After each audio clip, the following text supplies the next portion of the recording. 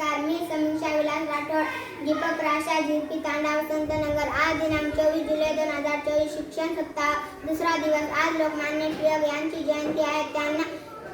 त्यांना विनम्र अभिवादन. आज त्यांच्या जयंतीनिमित्त लोकमान्य टिळकांचे निबंध हे पुस्तक मी वाचणार आहे.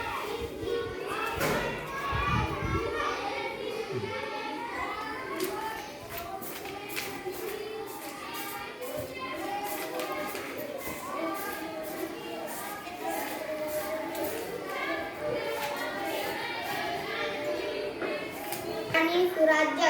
मनात उद्गाराने विचार आणि मुखावाटे निघणारे उद्गार यांच्यामधील संबंध नित्य असो व अनित्य असो. एवढी गोष्ट खरी आहे की विचार अर्धवट किंवा अस्पष्ट असेल म्हणजे त्या विचारांचे जे शब्द तोंडातून निघतात तेही अस्पष्ट किंवा संदिग्ध असावायचे आणि उलट बाजूने असंही अनुमान करिता येते की ज्याच्या भाषणात किंवा शब्दात गोंधळ आहे त्याच्या विचारांतही गोंधळ असावा.